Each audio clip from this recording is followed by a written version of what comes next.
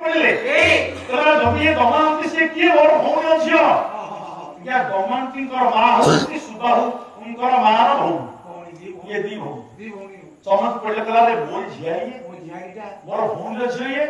मोर परिचय नदी कि मोर पाखरे चाकरनी भले आसरा नै छी ता आखी पतारे गोटे कला नै छी न अछि वर्तमान दिसुनी बोधे मोरिया गई हाथ के हसी दला पर संपूटला से कला जाय पूरा दमयंती तू मोर जिस्त करछ काती पकेला सुबाहुंकर राजमाता सुबाहुंकर मां आखिर लोह धरले कोळी पकेले दमयंती कहले दमयंती तो दशा पाइल मत कहले माउसी कभी परिचय कि मो पाखे सुना एका सुदेव ब्राह्मण हाथ खबरटा दिया हेला कोठिना भीमराज विदर्भ राज्य राजा निजे सैन्य सामंतों सहित ये दमयंती को निज पुरକୁ ନେଇଗଲେ दमयंती वर्तमान निज राज्य पळी निज पुरे आज्ञा वर्तमान नळ कुआडे बोली मो चिंता पड़िला सेही सुदेव ब्राह्मण को दायित्व दिया वर्तमान तमे नळ को कोठे स्थापक ताकर में आनले जोड़ करी आज्ञा सेही उद्देश्य है आज्ञा दमयंती निजे से दायित्व लेले सुदेव ब्राह्मण को गोटे चिठी दे देले हे सुदेव ब्राह्मण तमे जुआडे जीवो गीत आकर ताको बोलिबो ताको गीत आकर कोन बोलिबो कहला एही परि एक धार्मिक राजा जने थिले कि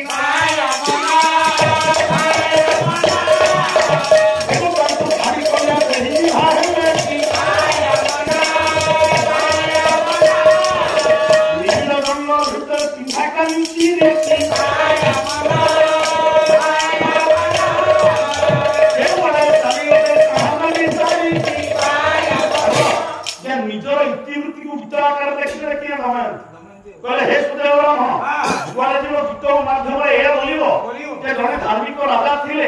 से निज स्त्री को भल पाउथले निज स्त्री देवता मान को छाड़ी की ताको वर्णन करथले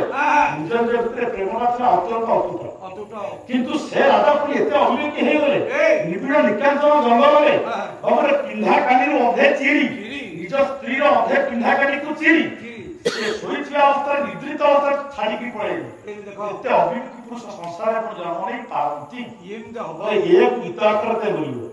यदि ये गीत सुनिया पर केही लोक आपन को पास आसे एवं परिचय पचारे ओ राज्य राष्ट्र बोली कहे ये कहानी कहां बोली जणाए ताको किछि न कहि पड़े आसीबी ये जो सुदेव ब्राह्मण गले एमती बुली बुली दिने ऋतुपर्ण राज्य रे पहुंचले गीत बोलला बेले नळ को आखि आगे लुह धरला नळ कांदी कांदी पहुंचले ब्राह्मण पाखरे हे ब्राह्मण ये गीत किए लिछि ए गीत तो कोट पाइलो मो जीवन रो कहानी कहानी कहले नहीं मन मन भाबिले मोर जीवन रो कहानी दमयंती को सहित कोन घटना घटी छै से घटना बाहर लोग जानले कि ये गीत निश्चित मुक्ति लिखिछि ये निश्चित होकर दमयंती को भाषा ये कहले हे ब्राह्मण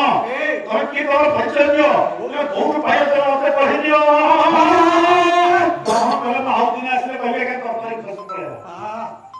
आखिर लोग की कांचुती न बाप रे एपट जितले ब्राह्मण हाथ रे खबर पाई गले नळ रूप तो परिवर्तन हेछि ब्राह्मण का रूप देखि नळ जाय परले किंतु से जहा जहा कहि तकले कि नळे नळ नमन के दमयंती कहला से को स्वामी ताको छड़ा केही न होती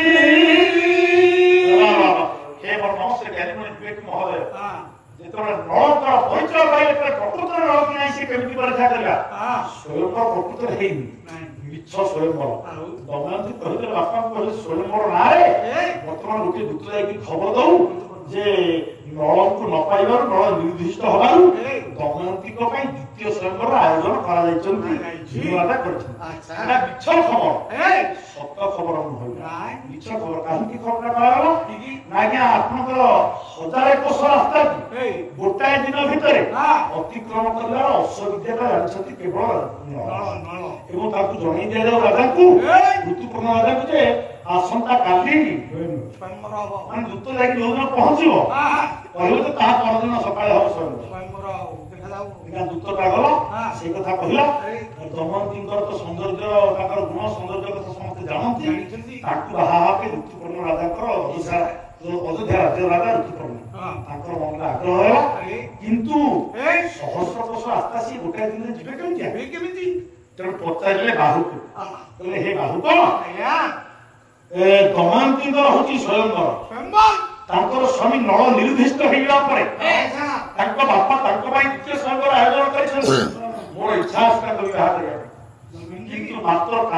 ସକାଳେ କାଲି ସକାଳ ସୁଦ୍ଧା ଯେ ଆମେ ପହଞ୍ଚି ପାରିବା ଗୋଟାଏ ଦିନ ଭିତରେ ଗୋଟାଏ ରାତି ଭିତରେ 24 ଘଣ୍ଟା ଭିତରେ ଯଦି ଆମେ ପହଞ୍ଚି ପାରିବା ସ୍ୱୟଂବରରେ ଯୋଗ ଦବା ଆଜ୍ଞା ରାଜା ଅଶ୍ୱବିଦ୍ୟାରେ ନିପୁଣ କହିଲେ ମହାରାଜ ଆପଣ ଭୟ କରନ୍ତୁ ନାହିଁ ଚିନ୍ତା ନାହିଁ ସେ ଦାୟିତ୍ୱ ଆଜ୍ଞା ଉପଯୁକ୍ତ ଅଶ୍ୱକୁ ବାଛି ବାଛି ଆଣିଲେ ରଥରେ ଯୁକ୍ତ କଲେ ରାଜା ବାହୁକ ରୂପରେ ଅଛନ୍ତି କର୍କଟ ତାଙ୍କୁ ଦର୍ଶନ କରିଛି ତାଙ୍କ ରୂପଟା ବିକୃତ ହେଇସାରିଛି ଏପଟେ ତା ବିଷ ଜଳରେ କଳି ଜଳୁଛି ତାଙ୍କ ଭିତରେ କଳି ବାହାରକୁ ପଳେଇଲାଣି ରୂପଟା ବିକଳ ନାହିଁ କଳି ଆଉ ନାହିଁ ବିଷ ଜଳରେ ଜର୍ଜରିତ ହେଇକି କଳି ତାଙ୍କ ମୁଣ୍ଡ ଉପରୁ ସବାର ହେଇକି ଖସିକି ପଳେଇଲାଣି ତାପରେ ହେଲା କଣ ଯେତେବେଳେ ଅଶ୍ୱପତି ରାଜା ଋତୁପର୍ଣ୍ଣ ନେଇକି ବାହାରିଲେ ମହାରାଜ ନଳ ରଥ ଏତେ ଦ୍ରୁତ ଗତିରେ ରାଜାଙ୍କର କବଳ ଖସିକି ପଳେଇଲା ରାଜା କହିଲେ ବାହୁକୁ ଟିକେ ରଥ ଆଉ ଅଛି କଣ ମୁଣ୍ଡର କବଳଟା ଖସିଗଲା ଆଉ କୋଉଠି ଅଛି 100 ଯୋଜନ ଦୂରରେ ରହିଛି ପଦାରି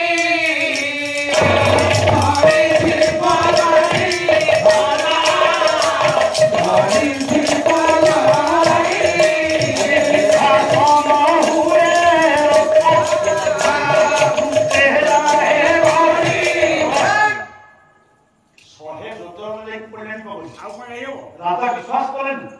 सतरे तुम इतने जोर रे एना संगे संगे पकड़टा पड़ुला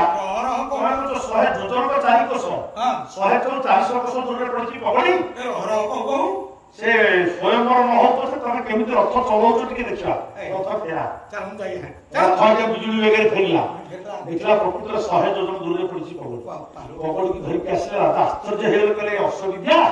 तमे मोर हे बाहु को तमे मोर चाकर ही पार तमे बाहु ही पार दया पूर्वक मते कम अश्वविद्या न महिमा ता बदले मु तुमको देबी अनेक विद्या शिखिछि ता भितर गोटे बड़ विद्या शिखिछि गोटे अक्षर विद्या शिखिछि अक्षर विद्या रे कोसा जोड़िया विद्या से विद्या रे बुझिनो आदि पर्यंत केहि मते दया करि पारि ना बस दुरे गण विद्या पूरा निकट जो केंदु गछटा अछि देख तमे ई गछरे केतुटा फूल केतुटा पत्र केतुटा डाल सब मु एई थाकी गणी की कहि देबी अच्छा एमते विद्या मैं संगे संगे गणी की कहले न देखि रोटी रोटी की गणी ले आज्ञा देखले पूरा ठीक अछि आज्ञा आपण आपनकर विद्या मत देबे न आपनकर विद्या देबी तेरा आज्ञा अश्वविद्या को संगे संगे न देई देले कहले हे महाराज आपनको देरी ही अछि कोठी की स्वयंवर आपनको ऊपर मोर विद्या विद्या न्यासाकार रहले उते अक्षर विद्या उते गणन विद्या आपनको पछर देबा आपन काम आगो आपनको अश्वविद्या देई देली आपन मत जो विद्या देबा तो सेटा पढे देबे हौधर वाला विशाल गण हरिरे सर हाकी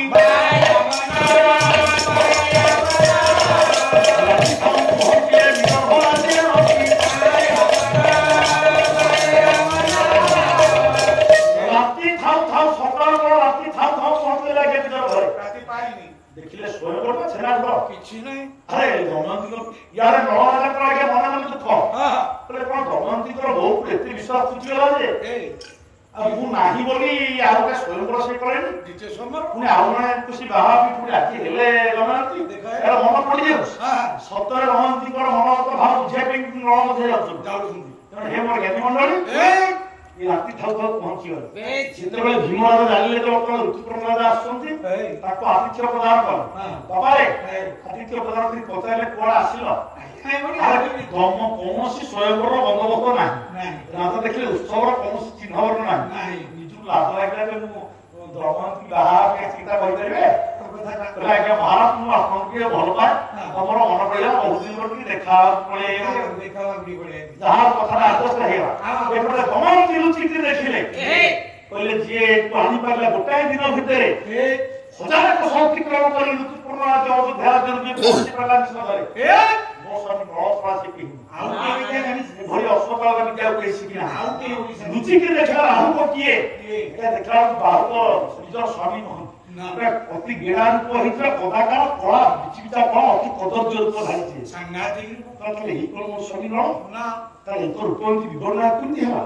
एमती कदाकार रूप कुंती हला तथापि परीक्षा करिया पई करिले जोजना की बाय अमना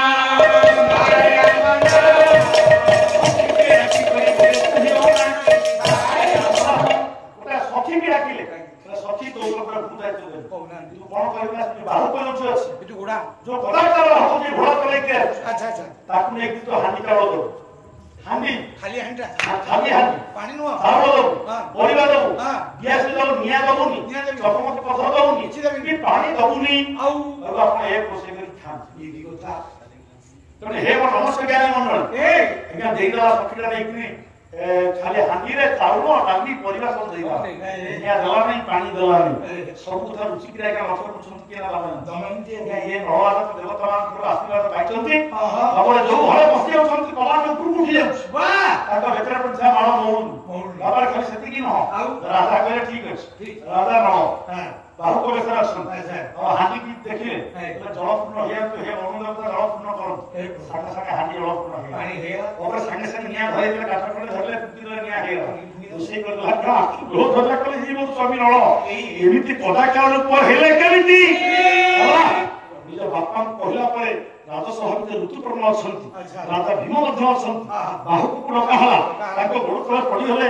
ଦମୟନ୍ତୀ କହିଲା ଆପଣ ଛଦ୍ମରୂପକୁ ପରିତ୍ୟାଗ କରନ୍ତୁ ଯେତେବେଳେ ସବୁ ପରିଚୟ ଜଣା ପଡ଼ିଗଲା ଯେତେବେଳେ କର୍ତ୍ତବ୍ୟ ସର୍ପ ଯାଇଥିବା ବସ୍ତ୍ରକୁ ପରିଧାନ କଲେ ରାଜାର ଏବଂ ନିଜ ରୂପ ପ୍ରକାଶ କରି ସବୁ ସତ୍ୟ ଘଟଣାକୁ ପ୍ରତିଭାତ କଲେ ହଉ ଏହିଠାର କଥା ଏବେ ଏଠାରେ ରହିଲା କି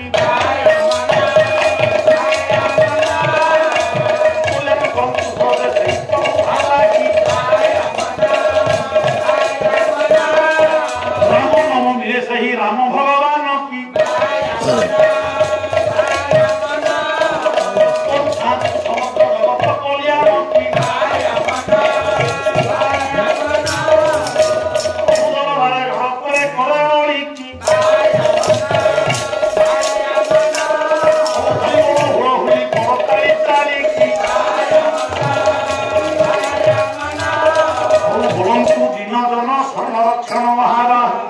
संपूर्ण सागर तीर दरबार